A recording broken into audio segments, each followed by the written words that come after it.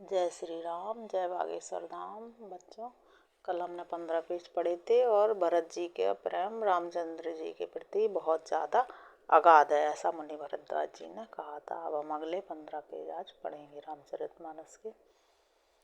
तेरी मुरली की धुन सुनने में बरसाने से आई हूँ, अरे रसिया मन बसिया मैं कितनी दूर आई हूँ।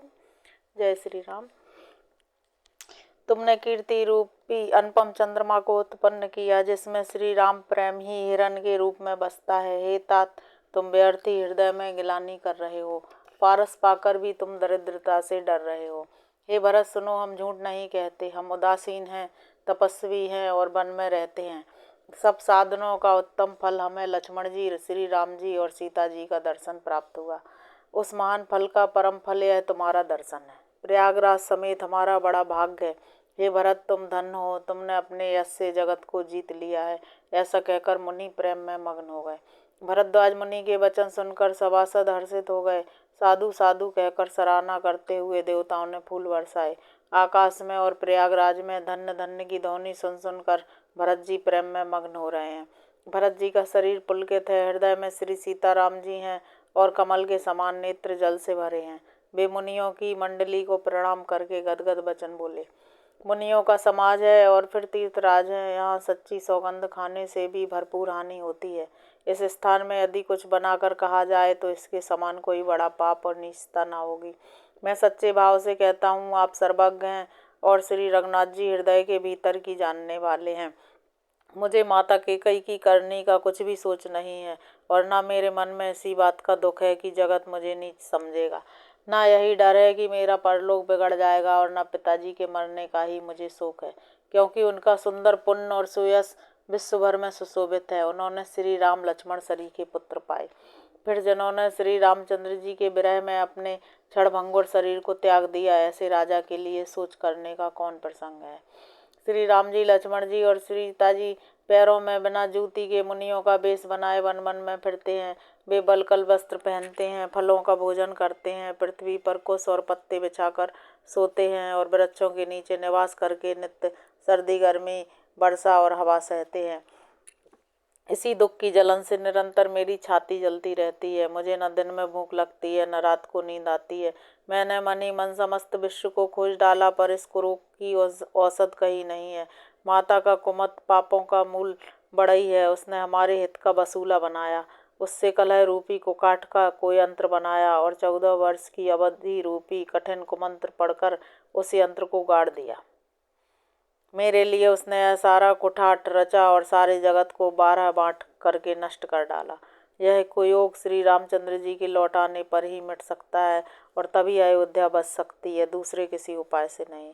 भरत जी के वचन सुनकर मुनि ने सुख पाया और सभी ने उनकी बहुत प्रकार से बड़ाई की। हे तात, अधिक सोच मत करो, श्री रामचंद्र जी के चरणों का दर्शन करते ही सारा दुख मिट जाएगा। इस प्रकार मुनि श्रेष्ठ भरद्वाज जी ने उनका समाधान करके कहा। अब आप लोग आपके प्रेम प्रिय हमारे प्रेम प्रिय अतिथि बनिए और कृपा करके कंद मूल फल फूल जो कुछ हम दें स्वीकार कीजिए। मुनि के वचन सुनकर भरत के हृदय में सोच हुआ कि यह बेमौके बड़ा बेढप संकोच आ पड़ा। फिर गुरुजनों की वाणी को महत्वपूर्ण समझकर चरणों की वंदना करके हाथ जोड़कर बोले, हे नाथ, आपकी आज्ञा को सिर चढ़ाकर उसका पालन करना यह हमारा परम धर्म है।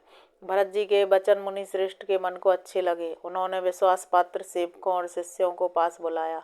भरत की पहुनाई करनी चाहिए, जाकर कंदमूल और फल लाओ।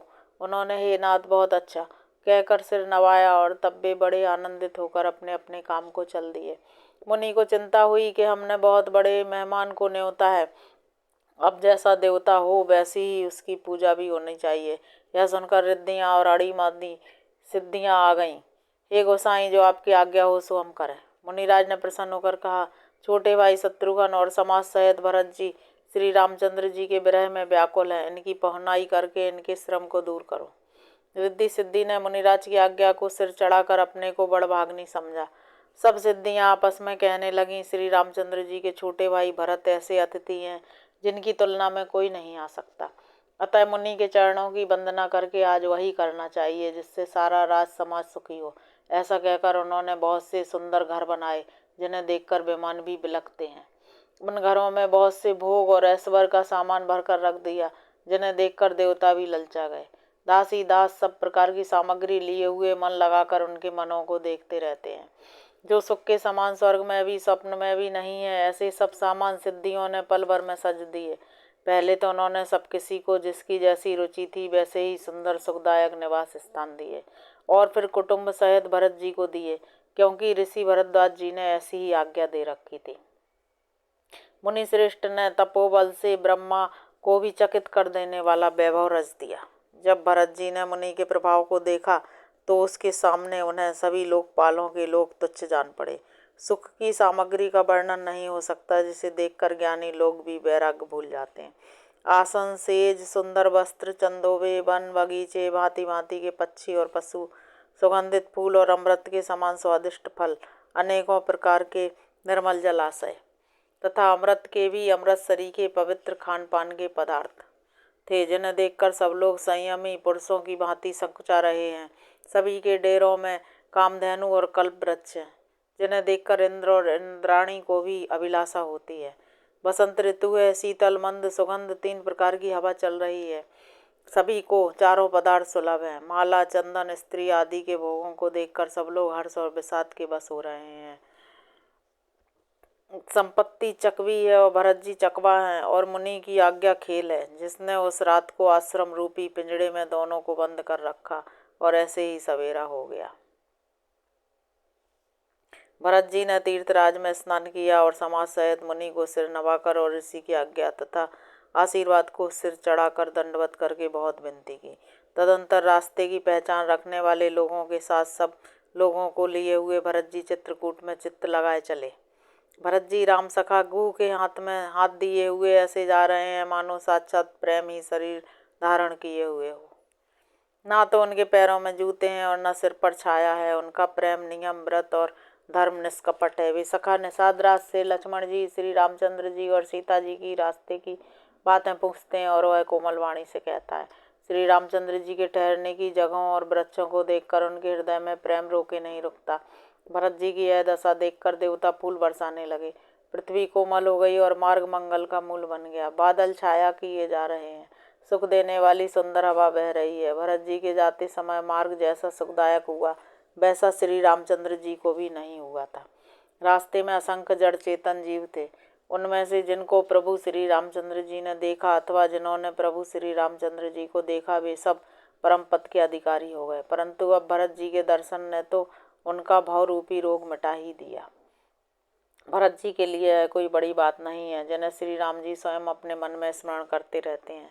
जगत में जो भी मनुष्य एक बार राम कह लेते हैं वे भी तरने तारने वाले हो जाते हैं।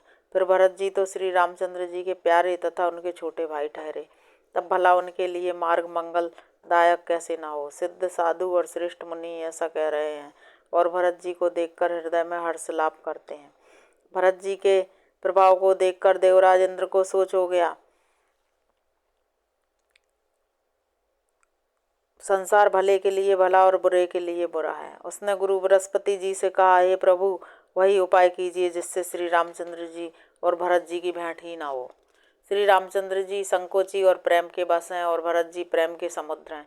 बनी बनाई बात बिगड़ना चाहती है, इसलिए कुछ छल ढूंढकर इसका उपाय कीजिए। इंद्र के वचन सुनते ही देवगुरु बृहस्पति जी मुस्कुराए। उन्होंने 1000 नेत्रों वाले इंद्र को नेत्रों से रहित समझा और कहा, हे देवराज, माया के स्वामी श्री रामचंद्र जी के सेवक के साथ कोई माया करता है तो वह उलटकर अपने ही ऊपर आ पड़ती है।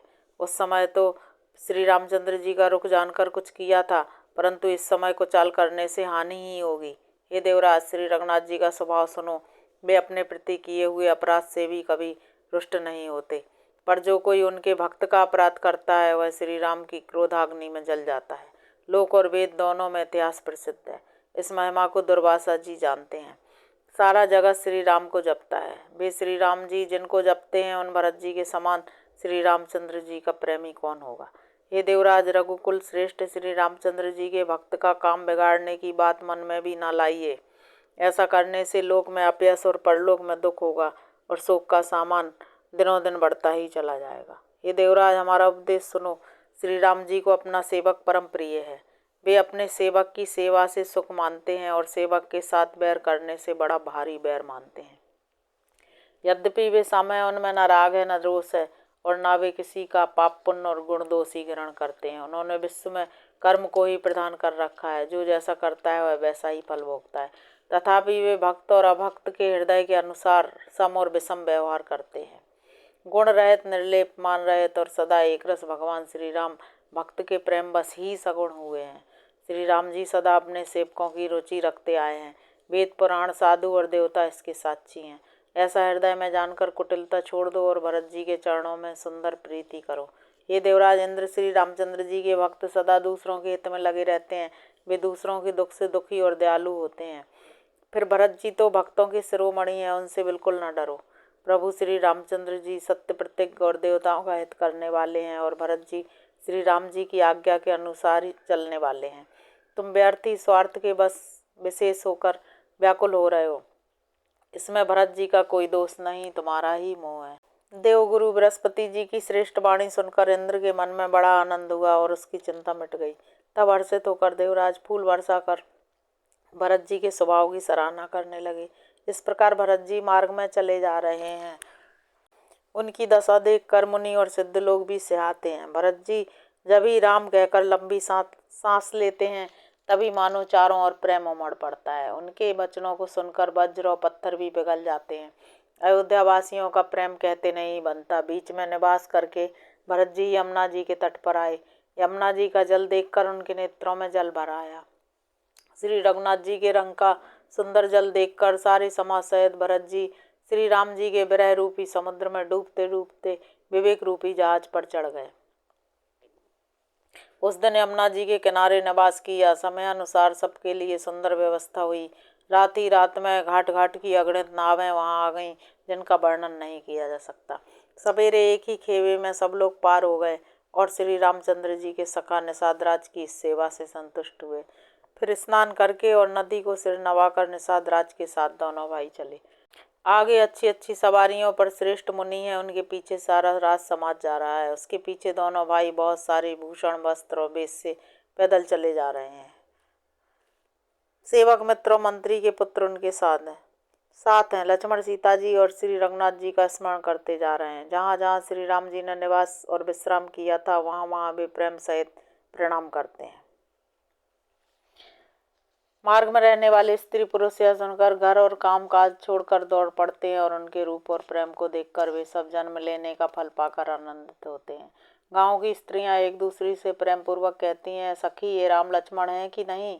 ये सखी, इनकी अवस्था, शरीर और रंग रूप तो वही है, इसीलिए स्नेह उन्हीं के सदृश है और चाल भी उन्हीं के समान है। परंतु ये सखी, इनका ना तो वह बेश है, ना सीता जी ही संग है और इनके आगे चतुरंगणी सेना चली जा रही है। फिर इनके मुख प्रसन्न नहीं है, इनके मन में खेद है। हे सखी, इसी भेद के कारण संदेह होता है। उसका तर्क अन्य स्त्रियों के मन भाया। सब कहती हैं कि इसके समान से आनी कोई नहीं है। उसकी सराहना करके और तेरी वाणी सत्य है, इस प्रकार उसका सम्मान करके दूसरी स्त्री मीठे वचन बोली। श्री राम जी के राज तिलक का आनंद जिस प्रकार से भंग हुआ था वह सब कथा प्रसंग प्रेम पूर्वक कहकर फिर वह भागवती स्त्री श्री भरत जी के शील, स्नेह और स्वभाव की सराहना करने लगी। देखो ये भरत जी पिता के दिए हुए राज्य को त्याग कर पैदल चलते और फलाहार करते हुए श्री राम जी को मनाने के लिए जा रहे हैं। इनके समान आज कौन है? भरत जी का भाईपना, भक्ति और इनके आचरण कहने और सुनने से दुख और दोषों को हरने वाले हैं। हे सखी, उनके संबंध में जो कुछ भी कहा जाए वह थोड़ा है। श्री रामचंद्र जी के भाई ऐसे क्यों ना हो? छोटे भाई शत्रुघ्न सहित भरत जी को देखकर हम सब भी आज धन्य स्त्रियों की गिनती में आ गईं। इस प्रकार भरत जी के गुण सुनकर और उनकी दशा देखकर स्त्रियां पछताती हैं और कहती हैं, यह पुत्र केकई जैसी माता के योग्य नहीं है। कोई कहती हैं, इसमें रानी का भी दोष नहीं है, यह सब विधाता नहीं किया है जो हमारे अनुकूल है। कहाँ तो हम लोग और वेद दोनों की विधि से हीन, कुल और करतूत दोनों से मलिन तुच्छ स्त्रियाँ जो बुरे देश और बुरे गाँव में बसती हैं और नीच स्त्रियाँ हैं, और कहाँ यह महान पुण्यों का परिणाम स्वरूप इनका दर्शन है। ऐसा ही आनंद और आश्चर्य गांव गांव में हो रहा है, मानो मरुभूमि में कल्प वृक्ष उग गया हो। भरत जी का स्वरूप देखते ही रास्ते में रहने वाले लोगों के भाग्य खुल गए, मानो देवयोग से सिंगल द्वीप के बसने वालों को तीर्थराज प्रयाग सुलभ हो गया हो। अपने गुणों से श्री रामचंद्र जी के गुणों की कथा सुनते और श्री रघुनाथ जी को स्मरण करते हुए भरत जी चले जा रहे हैं। वे तीर्थ देखकर स्नान और मुनियों के आश्रम तथा देवताओं के मंदिर देखकर प्रणाम करते हैं और मन ही मन यह वरदान मांगते हैं कि श्री सीताराम जी के चरण कमलों में प्रेम हो। मार्ग में भील, कोल आदि वनवासी तथा वानप्रस्थ ब्रह्मचारी, सन्यासी और विरक्त मिलते हैं। उनमें से जिस तिस से प्रणाम करके पूछते हैं कि लक्ष्मण जी, श्री राम जी और जानकी जी किस वन में हैं। वे प्रभु के सब समाचार कहते हैं और भरत जी को देखकर जन्म का फल पाते हैं। जो लोग कहते हैं कि हमने उनको कुशल पूर्वक देखा है, उनको ये श्री राम लक्ष्मण के समान ही प्यारे मानते हैं। इस प्रकार सबसे सुंदर वाणी से पूछते और श्री राम जी के वनवास की कहानी सुनते जाते हैं। उस दिन वहीं ठहरकर दूसरे दिन प्रातःकाल ही श्री रघुनाथ जी का स्मरण करके चले। साथ के सब लोगों को भी भरत जी के समान ही श्री राम जी के दर्शन की लालसा है। सबको मंगल सूचक सगुन हो रहे हैं, सुख देने वाले नेत्र और भुजाएं फड़क रही हैं। समाज सहित भरत जी को उत्साह हो रहा है कि श्री रामचंद्र जी मिलेंगे और दुख का दाह मिट जाएगा। जिसके जी में जैसा है वह वैसा ही मनोरथ करता है। सब स्नेह रूपी मदिरा से छके चले जा रहे हैं। अंग शिथिल है, रास्ते में पैर डगमगा रहे हैं और प्रेम बस बेहवल वचन बोल रहे हैं।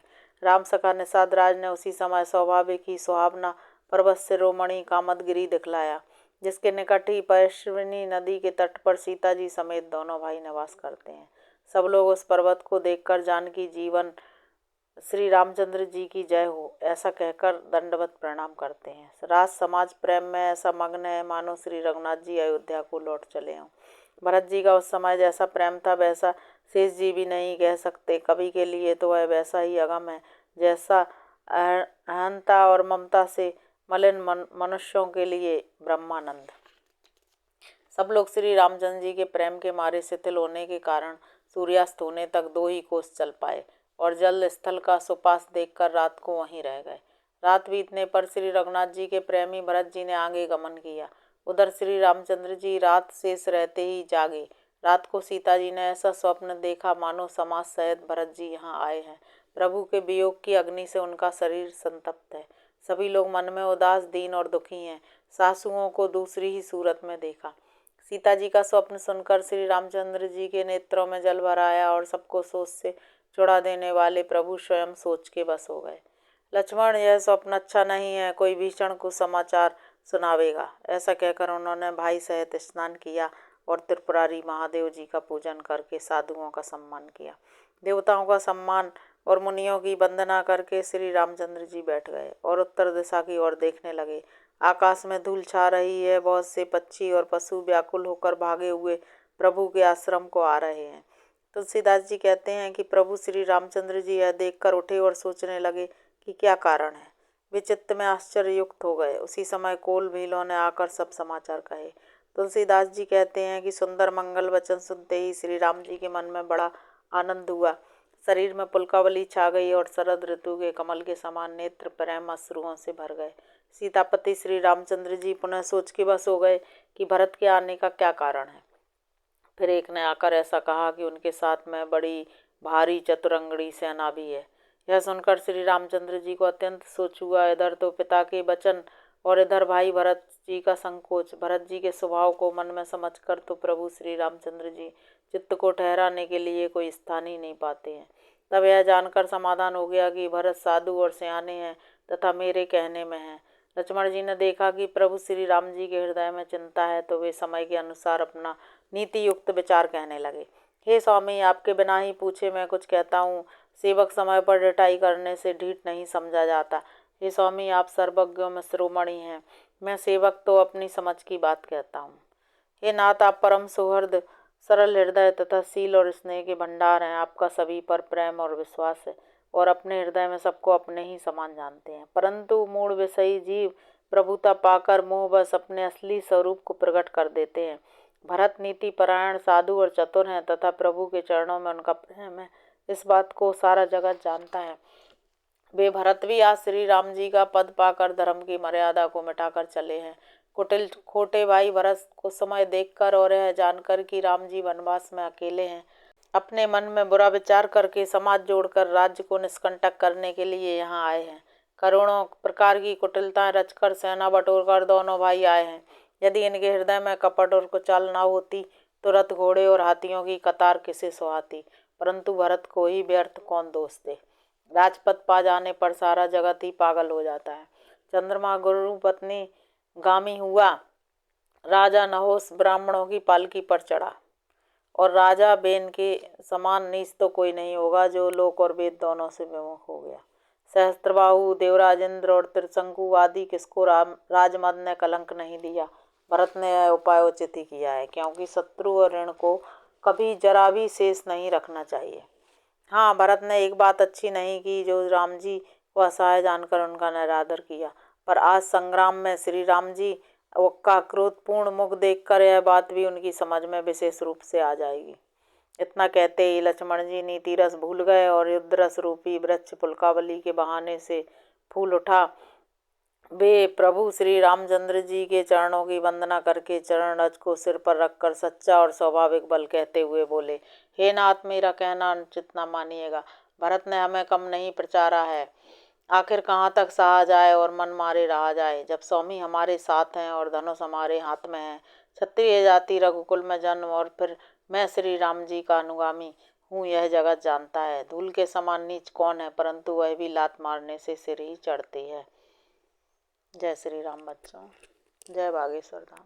आज हमने 15 पेज पढ़े रामचरितमानस के, जिसमें हमने पढ़ा कि मुनि भरद्वाज ने रिद्धि सिद्धियाँ बुलाई और भरत जी का खूब स्वागत किया। और लक्ष्मण जी काफ़ी नाराज़ हो गए, क्योंकि उन्होंने देखा कि भरत जी सेना लेकर आ रहे हैं। अब आगे के 15 पेज हम कल पढ़ेंगे। जय श्री